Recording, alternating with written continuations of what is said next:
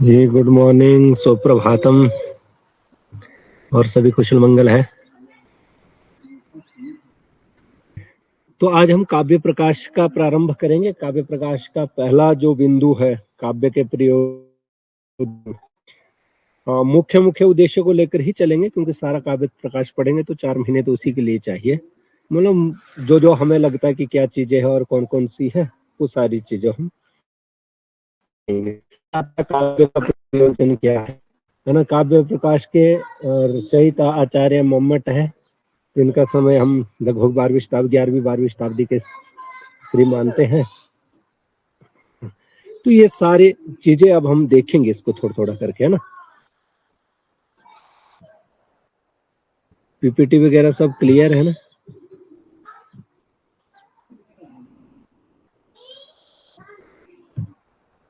पहले तो आता है काव्य का प्रयोजन क्या है, तो इसी को लेकर यहाँ बात की है। प्रयोजनम उद्देश्य न मंदो अपि प्रवर्तते। कोई भी कार्य यदि कोई व्यक्ति करता है तो उसके पीछे कोई ना कोई कारण रहता, प्रयोजन रहता है। यद्यपि कहते हैं कि हम किसी ऐसे व्यक्ति को भी, सामान्य साधारण व्यक्ति भी यदि कोई कार्य करता है ना, तो उसके पीछे भी उसका कोई ना कोई प्रयोजन रहता है। तो उसी की बात की, प्रयोजनम उद्देश्य मंदो अपि न प्रवर्तते। वे किसी भी कार्य को बिना प्रयोजन से मंद बुद्धि वाला व्यक्ति भी नहीं करता है। हमारी यदि शास्त्र में प्रवृत्ति हो रही है तो उसके पीछे के भी हमारे प्रयोजन है। आचार्य मम्मट ने अपने काव्य शास्त्रियों ने जो प्रयोजन बताए थे उन्हीं को लेकर उन्होंने आगे बात कही। तो कुल मिलाकर 6 प्रयोजन इन्होंने अपने दिए। उसके लिए कारिका यहाँ पे दी है। काव्यम यशसे अर्थकृते व्यवहार विदे शिव सद्यः परनिवृत्तये कांता समित्तयोपदेश युजे। तो इन्होंने ये कहा कि काव्यम किमर्थम भवति, काव्यस्य किम प्रयोजनम भवति। करे काव्यम यशसे, है ना, यश के लिए होता है। दूसरा अर्थकृते, अर्थ का अर्जन भी उससे हो जाता है। व्यवहार विदे, और व्यवहार, लोक व्यवहार को समझने के लिए या समझाने के लिए। और शिवेतर क्षते, और अमंगल के नाश के लिए। और साथ में कहा सद्यः परनिवृत्त, और आनंद देने के लिए। कांता समित्तये उपदेशित, और एक पत्नी की तरह हमें मोटिवेट करने के लिए होता है। तो इनका एक एक करके हम बात करेंगे इन प्रयोजनों की। तो पहला प्रयोजन है हमारा काव्यम यशसे।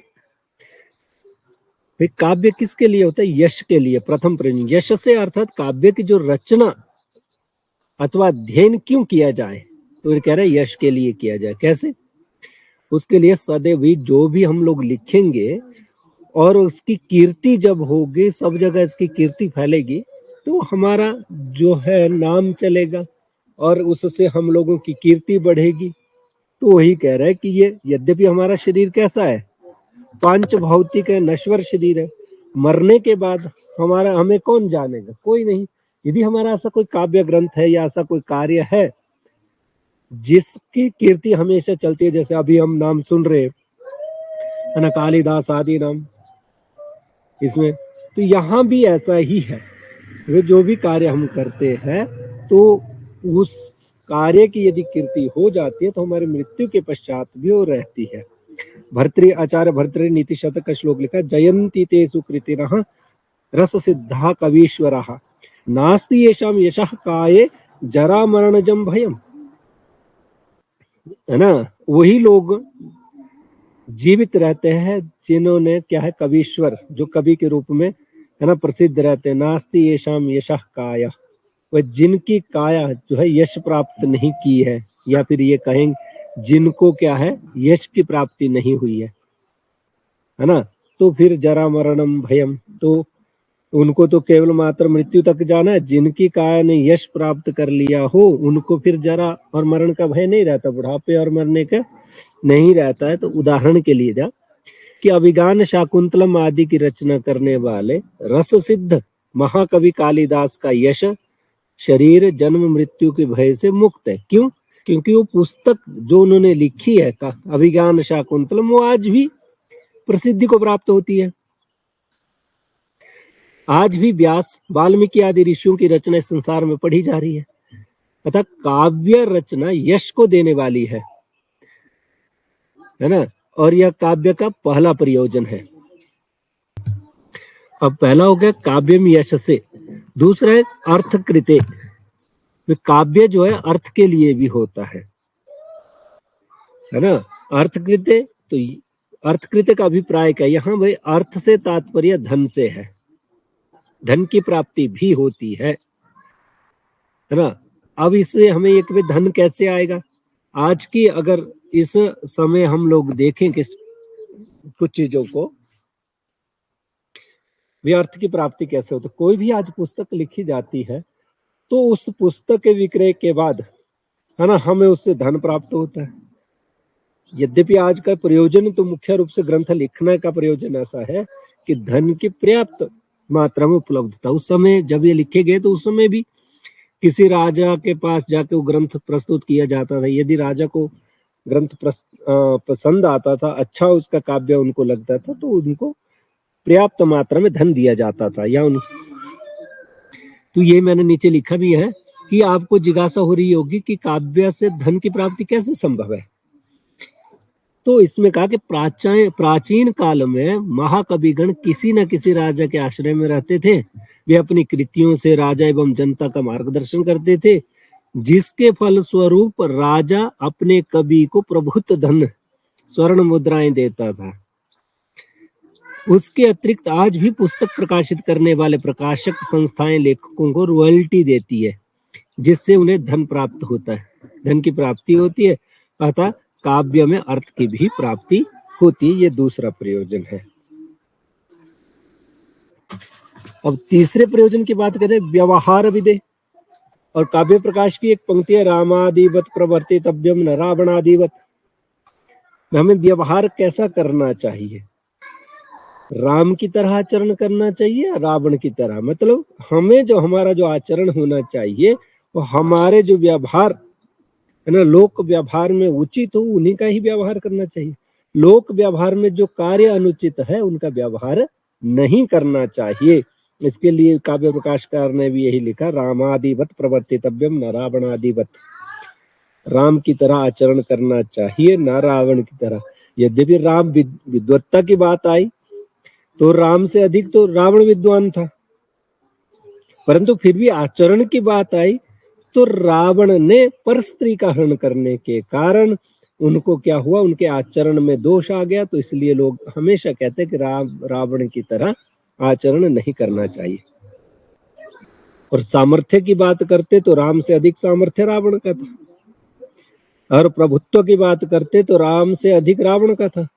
परंतु एक कारण जो हमें कहता है कि लोक व्यवहार में उचित नहीं था, उस लोक व्यवहार के कारण ही, अनुचित लोक व्यवहार के कारण ही रावण का आज तक जो है एक ही विषय कहा जाता है कि रावण की तरह आचरण नहीं करना चाहिए।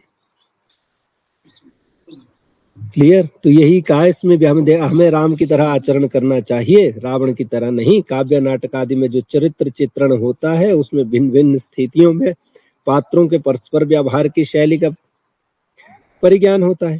विशेषकर राजा आदि के साथ किस प्रकार का शिष्टाचार व्यवहार लाना चाहिए, इस बात का परिज्ञान काव्य आदियों के द्वारा साधारण जनों को प्राप्त होता है ना। ये चीजें हमें पता लगती है कि कैसा आचरण करना चाहिए, कैसा नहीं करना चाहिए। इसलिए का काव्यम यश से अर्थकृते व्यवहार विदे। तो उसके बाद अगर हम अगले करते, चौथे की बात करते हैं। पहला कहा काव्यम यश से, दूसरा अर्थकृते, तीसरा व्यवहार विदे। चौथा है काव्यम शिवेतर क्षतये, है ना। काव्यम शिव इतर क्षतये है। शिव हुआ मंगल, है ना, कल्याण। शिवेतर का अर्थ हुआ कल्याण से भिन्न, अनिष्ट। जो हमें क्या करे, अनिष्ट का भी परिहार जिससे हो जाए, उस तरह का, है ना। उसमें मयूर कवि का बड़ा वर्णन आता है काव्य प्रकाश में भी, आप लोगों ने देखा होगा कि मयूर कवि जो थे उनको 11वीं शताब्दी के आसपास कहा जाता है कि राजा भोज के सभा पंडित थे, और धारा नगरी में रहते थे। एक प्रसिद्ध कथा के अनुसार मयूर कवि को कुष्ठ रोग हुआ था। तो कुष्ठ रोग को निवारण करने के लिए किसी ने उनको ये कहा कि आपको अगर कुष्ठ रोग का निवारण करना है तो सूर्य की उपासना करनी पड़ेगी। तो उन्होंने सूर्य की उपासना प्रतिदिन जो है एक श्लोक का वर्णन उन्होंने किया। भगवान सूर्य की स्तुति में एक श्लोक वो लिखते थे, और जैसे ही 100 श्लोक पूरे होते हैं 100 दिन बाद उनका कुष्ठ रोग भी समाप्त हो जाता है। तो इसका अभिप्राय है कि काव्य के द्वारा ही हमें, है ना, मंगल की भी प्राप्ति होती है, अमंगल का भी नाश होता है। फिर अगला प्रयोजन है काव्यम सद्यः परिनिवृत्तये। वे पांचों जो प्रयोजन है वो काव्य के सद्यः परिनिवृत्तये। भाई हमें जो केवल काव्य से क्या संभव है, ये कह रहे सकल प्रयोजन मौलिभूतम। वे जो ये सभी प्रयोजनों में विशेष है। काव्य अथवा नाटक सुनने देखने से सद्य आनंद की प्राप्ति होती है। आज की डेट में भी आप लोग देखते हैं, कोई मूवी देखते हो या कोई नाटक देखते हो, उससे उसी समय का ही आनंद मिलता है। तो कह रहे उस समय जैसे हम कोई पुस्तक पढ़ रहे, किसी का अध्ययन कर रहे हैं, तो उससे क्या होगा, हमें आनंद की अनुभूति होगी। तो ये कह रहे काव्यम सद्यः परिनिवृत्तये, ये पांचों प्रयोजन है इसके लिए। और अगला कहा काव्यम कांता समित तयोपदेश युजे। ये छठा जो प्रयोजन है, कांता समित तयोपदेश युजे। कांता कहा जाता है स्त्री को, स्त्री पर ना पत्नी जैसे होती है, तो सरस शैली में अपने पति को क्या करती है, उनके अनेक तरह के विषयों को समझाते कि ऐसा नहीं करना चाहिए, ऐसा नहीं करना चाहिए। इसी तरह ये भी कहा, वो शास्त्र भी हमें इसी तरह का प्रयोजन करते हैं। तो ऐसे ही इन्होंने कहा कि भी इसमें कहा कि आचार्य मम्मट ने कांता समित तया उपदेश युजे की व्याख्या करते हुए कहा कि वेदादि शास्त्र तथा पुराण इतिहास आदि काव्य के भेद। तो ये कह रहे उपदेश युजे, तो ऐसे कह रहे कि जो इतिहास पुराण आदि में जो बातें कही गई है ना, वो वेद पुराण इतिहास में जो उनके वो बताया गया कि किस किस तरह का व्यवहार होना चाहिए, किस तरह का नहीं होना चाहिए, ये सारी चीजें हैं कि वे सारे हमें क्या करते हैं, उपदेश देते हैं, किम कर्तव्यम किम न कर्तव्यम, है ना। तो ये सारे हमारे 6 तरह के काव्य के प्रयोजन है ना। अब आती है काव्य के हेतु की बात। काव्य के प्रयोजन कौन कौन से हो गए? काव्यम यशसे अर्थकृते व्यवहारतिदे शिवेतरक्षतये सद्यः परिनिवृत्ते कांता समित तयोपदेश युजे। चलो अब आई बात काव्य के हेतुओं की। वे काव्य के कितने हेतु है? तो काव्य के हेतुओं पे बात करते हैं। तो काव्य प्रकाशकार मम्मट ने क्या कहा इसके बारे में? कह रहे शक्तिर निपुणता लोक शास्त्र काव्याद्यवेक्षणात् काव्य काव्यज्ञ शिक्षयाभ्यासः इति हेतुस्तदुद्भवे। ये हमारा जो काव्य का क्या हेतु है ना, तो उसके पीछे कहा कि एक तो होता है कि शक्ति निपुणता। जो भी कवित्व होता है वो कहीं से उत्पन्न नहीं किया जाता, वो स्वाभाविक होता है। तो ये कहा कि जो कवि का एक स्वाभाविक कवित्व जिसके अंदर विद्यमान रहता है, प्रतिभा जो रहती है, उसी को ही हम लोग कहते हैं शक्ति, है ना। हर कोई व्यक्ति क्या है, काव्य में नहीं लिख सकता। जैसे हम लोगों में भी कवित्व का स्वाभाविक गुण नहीं है। जिसके अंदर जो होगा वो करे शक्ति निपुणता, तो ये उनके अंदर शक्ति, है ना। बोलते यहाँ कहा भी गया है कि शक्ति के बिना यदि कोई काव्य लिख लेता है, पाद पूर्ति छंद बनाकर कुछ ना कुछ निरूपण कर लेता है, तो वो उपहास का भी पात्र हो सकता है ना। नीचे दिया भी उदाहरण के लिए कि यदि शक्ति के बिना इन किन प्रकारेण पाद पूर्ति करके छंद बना करके तुकबंदी कर लेना मात्र से काव्य के, है ना, चारुता नहीं आती है। इसलिए शक्तिहीन और काव्य अंततो गत्वा उपहास का पात्र हो जाते हैं। आप लोगों को याद होगा कादम्बरी की जब बात आई तो, है ना, तो कादम्बरी के जो लेखक थे उन बाण भट्ट जी, उन्होंने अपने दोनों पुत्रों को बुलाया। उन्होंने कहा कि जैसे उनका अंतिम समय था कि आगे घर के आगे एक सूखा हुआ पेड़ था, दोनों से पूछा कि बता इसके बारे में, दोनों को भाई एक एक पंक्ति कहनी है। तो एक ने कहा शुष्कः वृक्षः तिष्ठति अग्रे, ठीक है। दूसरे को जब पूछा कि आप बताइए भाई, उन्होंने कहा नीरस तरु विलसति अग्रे। अब नीरस तरु में यद्यपि हम रस शब्द का प्रयोग कर रहे, उसको शुष्क नहीं कहा, है ना। उन्होंने तो व्याकरणगत शुद्ध प्रयोग किए दोनों ने, परंतु एक ने कवित्व भी उसमें प्रस्तुत किया और उन्होंने फिर उनकी इस ग्रंथ को आगे बढ़ाया था। ये तो इसके लिए कहा शक्तिर निपुणता। पहले तो शक्ति हुआ कि कवित्व की शक्ति उसमें रहनी चाहिए, बिना कवित्व के कोई भी काव्य नहीं हो सकता। और दूसरा जो हेतु है वो है निपुणता। यदि निपुणता ना हो, है ना, लोक शास्त्र का ज्ञान नहीं है ना, काव्य शास्त्र का ज्ञान नहीं है, और अच्छी समझ नहीं है कि कौन से कार्य है, और शब्द का ज्ञान होना चाहिए, व्याकरणगत ज्ञान होना चाहिए, यदि ये निपुणता नहीं है तो काव्य नहीं हो सकता, है ना। इन सब में हमें चाहिए। तो इसके लिए कहा जो लोक शास्त्र, लोक काव्य आदि के अवेक्षण, मतलब अच्छी तरह से समझा या सर्वेक्षण करना, है ना, ये सारी चीजें ना हो, और साथ में ही स्थावर जंगम, है ना, स्थावर जैसे कि हमारे जो वृक्ष वनस्पति आदि है उनका भी सही से ज्ञान चाहिए, मनुष्य पशु आदि के व्यवहार का ज्ञान चाहिए, और अनेक तरह के का ज्ञान होना चाहिए। नीचे और भी इन द्विविध लोकों के व्यवहार का सम्यक ज्ञान, शास्त्र, ये होना चाहिए। और साथ में इन्होंने कहा कला का ज्ञान हो, नृत्य संगीत आदि 64 कलाएं हैं, उनका भी ज्ञान रहना चाहिए। चतुर्वर्ग धर्मार्थ काम मोक्ष का ये होना चाहिए, है ना। हाथी घोड़े खड़ग आदि का प्रतिपादक शास्त्रों का पर्याप्त पर्यालोचन होना चाहिए। तो ये काव्य, जब ये निपुणता यदि नहीं रहेगी तो फिर वो काव्य भी नहीं रहेगा। तो इसलिए कहा कि अब शक्ति एवं निपुणता दोनों जो बिंदु है, ये इनका साथ साथ तीसरा जो बिंदु आएगा शक्ति निपुणता, ये कहा। इनको जानने के पश्चात तृतीय हेतु जो हमारा हो वो है अभ्यास। अभ्यास से अभिप्राय है कि हमें लिखने का भी फिर निरंतर वो चाहिए, कुशलता चाहिए, है ना। इसका अगर यदि हम प्रयोग नहीं करेंगे तो फिर हमें कैसे पता लगेगा कि कैसा क्या।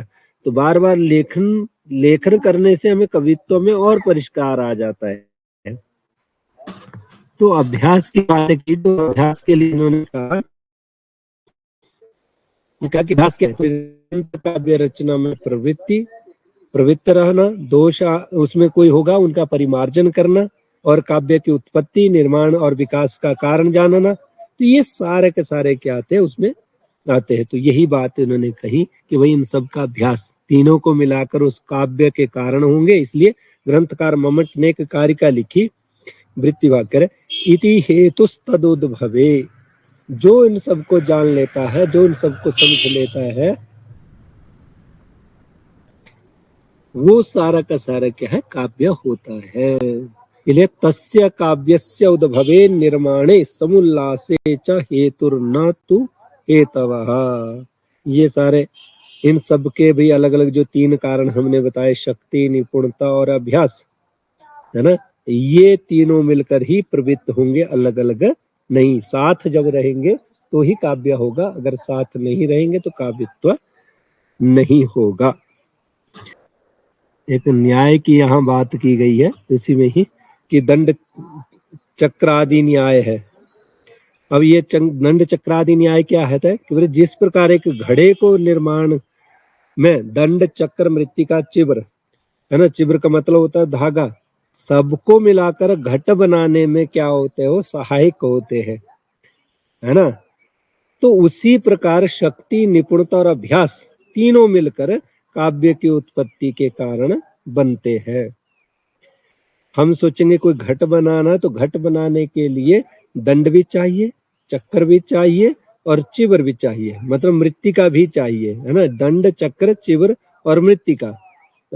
हम लोग जब बात करते, तीन तरह के आपने न्याय में कारण पढ़े होंगे, समवायी कारण, असमवायी कारण और निमित्त कारण।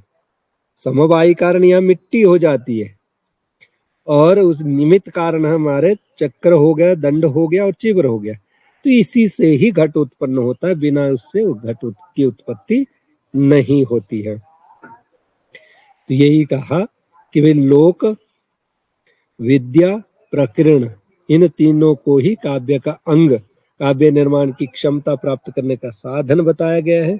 वामन ने काव्य के कारण को बताने के लिए काव्य अलंकार सूत्र के प्रथम अधिकरण के 3 अध्याय में 20 सूत्रों का विशद विवेचन किया हुआ है। तो आचार्य मम्मट ने केवल एक कारिका में ये सारी बातें कही है।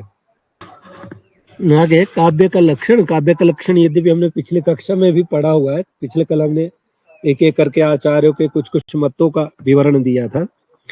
उसमें इन्होंने कहा कि काव्य का लक्षण क्या होना चाहिए। किसी ने कहा, है ना, वाक्यम रसात्मकम काव्यम, है ना।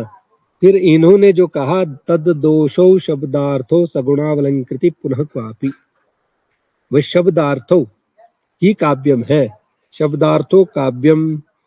अब तत् शब्द का भी आम प्रयोग किया गया है ना। तत् शब्द से क्या प्रयोजन, इसके साथ संबंध क्या होता है?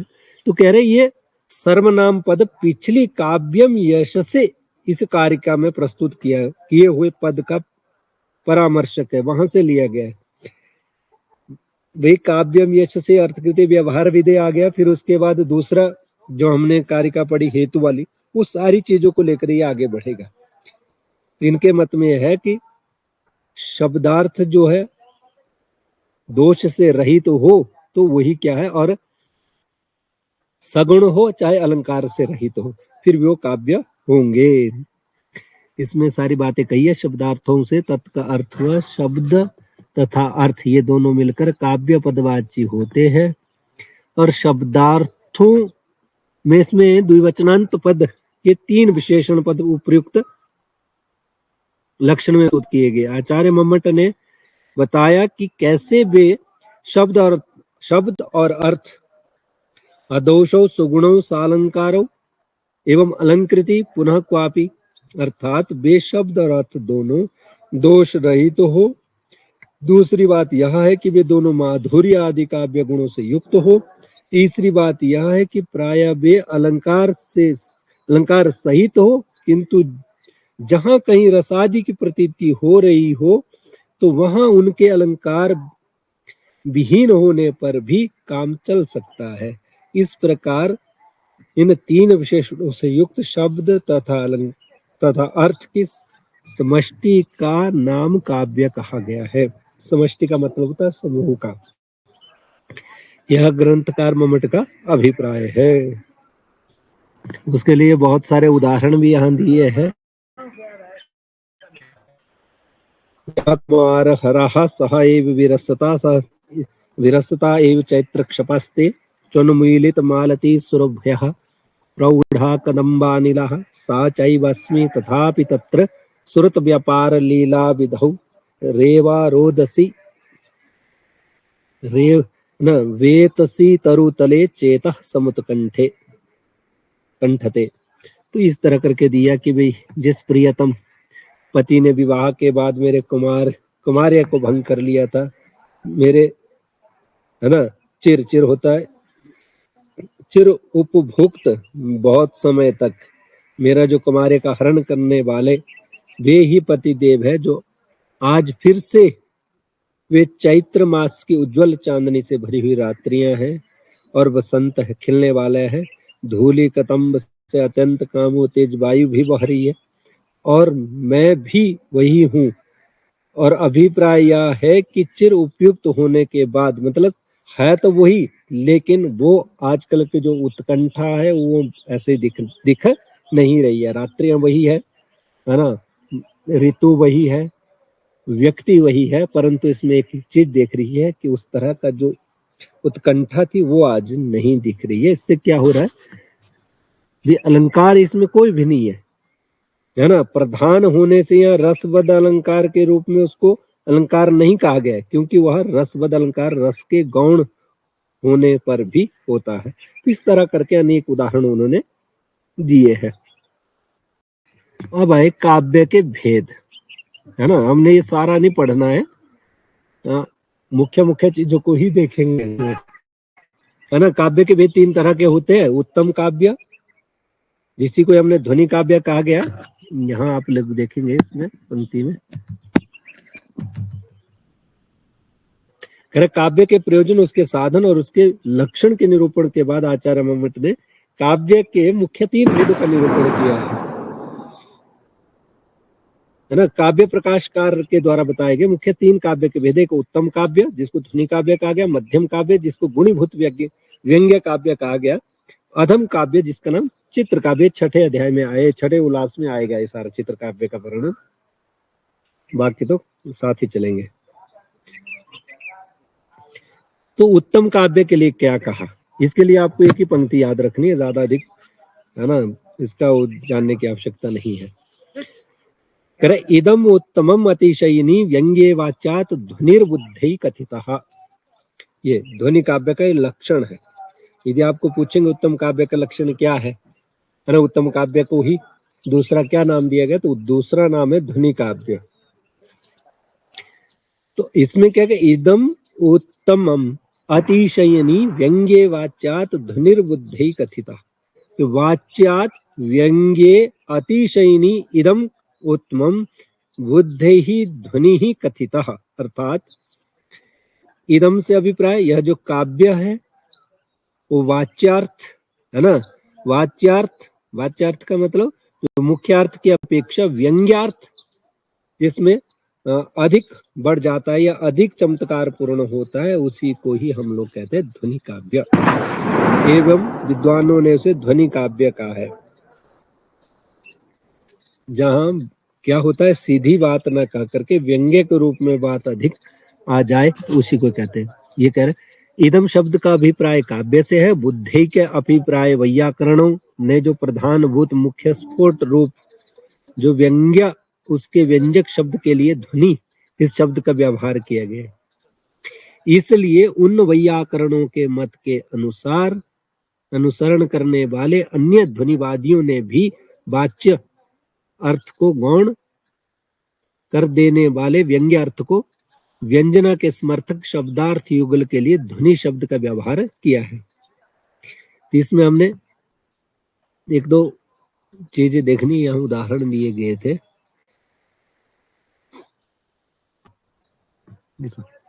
व्यंग्य प्रधान शब्दार्थ युगल रूपम काव्यम, जिस प्रकार वैयाकरण प्रधान भूत स्फोट की अभिव्यक्ति करने वाले वर्णों को ध्वनि कहते हैं, उसी प्रकार साहित्य मर्मज्ञ अपने साक्षात वाच्यार्थ की अपेक्षा प्रधान भूत किसी व्यंग्यार्थ की व्यंजना करने वाले शब्दार्थ युगल रूप को काव्य को ध्वनि कहते हैं। फिर कह रहे जिस काव्य में वाच्यार्थ की प्रधानता होती है वह शब्द अर्थ अपने मुख्य स्वरूप को प्रकट करते हैं, किंतु जिस वाक्य में व्यंग्य अर्थ की प्रधानता होती है वह व्यंग्य अर्थ मुख्य वाच्य अर्थ को ही तिरोहित कर देता है, मन छुपा देता है, अधिक चमत्कारी होता है। ऐसे काव्य को ध्वनि काव्य कहा जाता है। ध्वन्यते व्यंजते अस्मिन्निति ध्वनि। उदाहरण के लिए दिया, यहाँ एक उदाहरण बड़ा प्रसिद्ध है।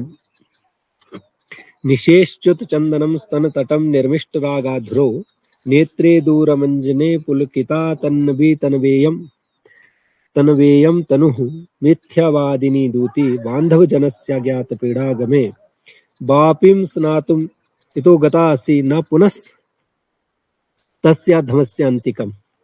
तो यहाँ पे ये नहीं कहा जा रहा है कि भी आपको कहाँ गए थे। जब ये विषय जो है, यहाँ एक जो दासी है, दासी को किसी रानी ने अपने पति के पास भेजा, राजा के पास भेजा कि जाओ और वहां से, है ना, उनका मेरा संदेश लेकर आओ, तो या कुछ उनसे पूछ के आओ, या कुछ चीजें ऐसी करके उनके पास भेजा। जब भेजा तो वो कुछ समय तक नहीं आई। उन्होंने पूछा कि भाई देर से आने का क्या कारण है। देर का कारण तो उन्होंने कहा कि मैं तो स्नान करने गई थी, है ना। तो स्नान करने गई थी, यहाँ सीधा झूठ बोला जा रहा है। अब इसी बात को ये नहीं कहा जा रहा है कि आप झूठ बोल रहे हो। इसलिए उन्होंने कहा निशेषच्युत चंदनम स्तन तटम निर्विष्ट रागाधुर। मैं जो देख रही हूँ, आप भी नहाने गई थी तो इसका मतलब नहा के ही तो चंदन मिटेगा, जो आपके चंदन लगा हुआ है शरीर में वो मिट गया है, और जो ओंठों की लाली है वो भी मिट गई है ना। तो ये जो आपका जो काजल है वो भी मिट गया है ना, ये तो नहाने से होगा। तो ये सारी चीजें कह रहे हैं कि झूठ बोलने वाले, प्रियजन की पीड़ा को न समझने वाली दूती, तो यहाँ से बावड़ी स्नान करने के लिए गई थी, ना कि उस अधम नायक के पास। अधम इसलिए प्रयोग किया गया क्योंकि वो भी तो तेरी तरह ही है। तो ये कह रहे क्योंकि तेरे स्तनों का कोर चंदन पूरी तरह से छूट गया है, तेरे अधर की लालिमा साफ हो गई है, नयनों के कोने के काजल शून्य हो चुके हैं, और यह पतली काया अथवा कृष्ण शरीर भी पुलकित हो रहा है। तो इस सब पद्य से हमें ज्ञान होता है कि यहाँ सीधा न कह करके हम क्या करें, व्यंग्य में सारी बातें कह रहे हैं, है ना। तो ये सारी चीजें हैं। तो इसी बात को लेकर कह रहे प्रस्तुत पद्य में विदग्धता नायिका अपनी दूती को अनुचित व्यवहार पर, है ना, उलाहना दे रही है। तो भाई बावड़ी स्नान करने गई थी, उस अधम के समीप नहीं गई थी, है ना। यही एक निषेध रूप एक वाच्यार्थ है। स्नान की दशा का ही शब्दों द्वारा वर्णन किया गया है, किंतु वक्ता, बौद्धा और अवसर विशेष के अनुसार इस काव्य का यह अर्थ निकलता है कि बापी पर स्नान करने का तो बहाना है। तो इस तरह करके यहाँ बात कही गई। तो इस तरह करके ये कह रहे कि जहां पे हमारे पास, है ना, साक्षात जो हम बोलते हैं वाच्य के अर्थ, वाच्य को छोड़कर व्यंग्य जहां पर ज्यादा चमत्कार पूर्ण होता है, उसी को ही हम लोग ध्वनि काव्य कहा जाता है। दूसरा है मध्यम काव्य। मध्यम काव्य को ही गुणीभूत व्यंग्य काव्य कहा गया। उसके लिए लक्षण क्या दिया, अतादृशी गुणीभूत व्यंग्यम व्यंग्ये तु मध्यमम, अर्थात व्यंग्य अर्थ का वैसा, अर्थात वाच्यार्थ की अपेक्षा विशेष चमत्कार जनक न होने पर मध्यम काव्य है। इससे ही काव्य तत्वों ने तत्वज्ञों ने गुणीभूत व्यंग्य कहा है। आचार्य मम्मट ने ऐसे काव्य को मध्यम काव्य कहा है, जिसमें वाच्यार्थ होता है तो, किंतु वह वाच्यार्थ से बढ़कर चमत्कारी नहीं होता है। तो ये इसका उदाहरण देखेंगे जिससे ये सारी बातें समझ में आएगी। मध्यम काव्य का उदाहरण क्या है यह।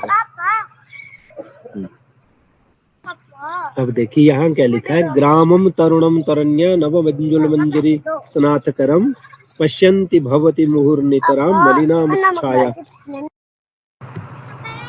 तो यहाँ भी यही बात की गई है, वे ग्रामम तरुणम तरण्या नव मंजुल मंजरी स्नातकरम पश्यन्त्य भवति मुहुर्नितराम मलिना मुख छाया।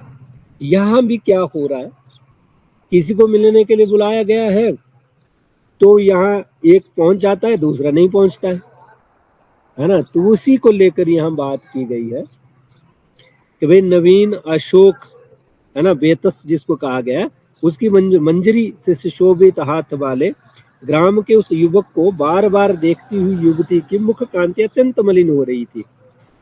क्यों हो रही थी, इसके पीछे का कारण है। अब उन्होंने कहा मिलेंगे, लेकिन कहाँ मिलेंगे, तो उसके लिए स्थान निश्चित हुआ। स्थान निश्चित हुआ तो वहां पे युवक तो पहुंच गया, युवती नहीं पहुंची। युवती नहीं पहुंची तो यहाँ पे जब हमने देखा तो उदाहरण के लिए, है ना, तो यहाँ क्या हुआ, गुणीभूत व्यंग्य काव्य उत्पन्न हो गया। तो इस तरह करके यहाँ लिखा भी है स्पष्ट रूप से कि यहाँ पर वंजुल लता गृह से मिलने का जिसने संकेत दिया था वहां तुम नहीं आई। यह व्यंग्य अर्थ क्या हो रहा है, गौण दब गया, ये नहीं कहा जा रहा है, क्योंकि उसकी अपेक्षा वाच्यार्थ जो मुख की कांति जो मलिन हो रही है उस नायिका की, वो अधिक चमत्कार पूर्ण हो रहा है। पश्यंती पश्यंत्या भवती मुहुः, है ना, मुहुर नितराम मलिना मुख छाया। ये जो है चमत्कार दे रहा है भी, उस किसको देखकर उसकी जो मुख की छाया जो है घट रही है या मलिन हो रही है, क्योंकि वो जो मंजुल गृही है है ना, वंजुल गृह की जो उसने बेतस की लता को तोड़ के लेकर आया है, हाथ में जो लेकर आया है नायक, वो संकेत दे रहा है कि मैं तो पहुंचा था पर तुम नहीं पहुंची हो। तो ये सारी चीजें क्या कर रही है, अधिक मुख्य अर्थ का जहां बाद हो जाए और गौणार्थ जहां अधिक चमत्कार पूर्ण हो, उसी को ही मध्यम काव्य कहा जाता है, उसी को गुणीभूत व्यंग्य काव्य कहा जाता है। तीसरा है अधम काव्य, जिसको हमने चित्र काव्य भी कहा। शब्द चित्रम वाच्य चित्रम व्यंग्यम तो अवरम स्मृतम, वही तीन तरह का है। तो इसमें कहा कि शब्द चित्रम है, वाच्य चित्रम व्यंग्यम, ना व्यंग्यम तो अवरम स्मृतम, अर्थात व्यंग्यार्थ से रहित शब्द चित्र तथा अर्थ चित्र दो प्रकार का अधम काव्य कहा गया। इस कारिका में भी आपको कुछ चीजें मिलेगी, ये तो बहुत प्रसिद्ध है ना। स्वच्छंदो उच्छल, है ना, उच्छल दक्ष कच्छ कुहुर छाते तर अम्बु छटा, है ना, मूर्छन मोह महर्षि, है ना, हर्ष विहित स्नान ही का। तो इसके लिए वहां दिया गया, इसके पीछे का हमने कहा कि एक नदी का, गंगा नदी के बारे में हम सारा विवरण किया गया कि कैसे है ना, स्वच्छ रूप से उछलती हुई अच्छ अर्थात निर्मल, किनारे गड्ढों को अत्यंत वेग से प्रभावित करने वाली जल की जगह। इसमें हमने कैसे कहा, इसके पीछे का क्या है कि उक्त पद्य में कहीं भी व्यंग्य अर्थ नहीं है, यहाँ केवल मात्र शब्दों का अनुप्रयास जन्य चमत्कार है, अतः यहाँ शब्द चित्र है। शब्द चित्र का मतलब शब्दों के द्वारा एक चित्र प्रस्तुत किया जा रहा है कि नदी का वेग कैसे है, वो किस तरह अपने स्थान से जा रही है और किन किन चीजों को प्रभावित कर रही है। तो यही कहा गया है। दूसरे में हम देखेंगे अर्थ चित्र का, तो इसके लिए श्लोक दिया, विनिर्गितम मानदम आत्म मंदिरात भवत्यो उपश्रुत्या यदृच्छयाम यमः।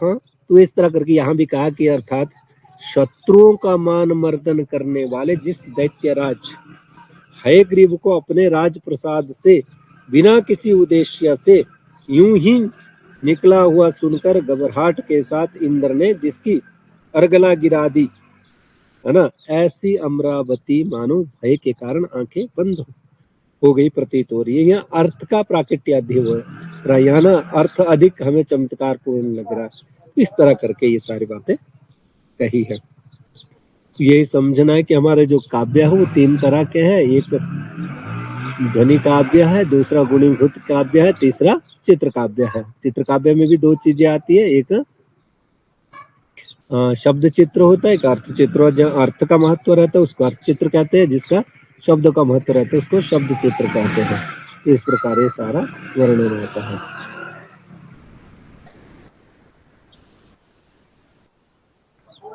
तो इसी तरह आज की कक्षा का ये तावत एव।